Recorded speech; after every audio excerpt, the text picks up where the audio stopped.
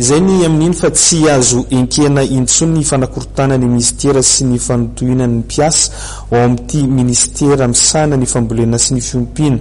Io no amafisin'ireo tompon'andraikitra ao amin'ny ministera ity, izay notarian'Andriamatoa Raymond izay tsy iza fa ny Talia Jeneraly ny fiompiana ao amin'ity ministera ity.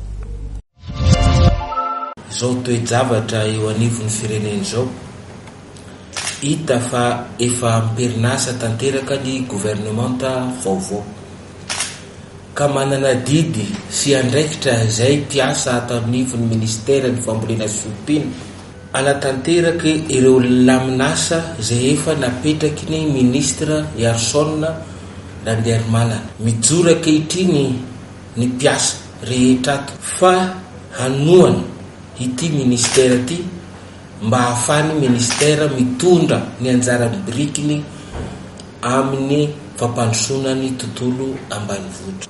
Ka eto zay manambara fa tsy mankasitraka ny asa ataon'ireo mpanakorotana, ireo mpiasa zay efa fantatra ny nataony teo aloha ka mila hanakorotany fampandehanan-draharaha ato amin'ny ministera. Toerinay marindrano zany asa fanapikorotanana zany.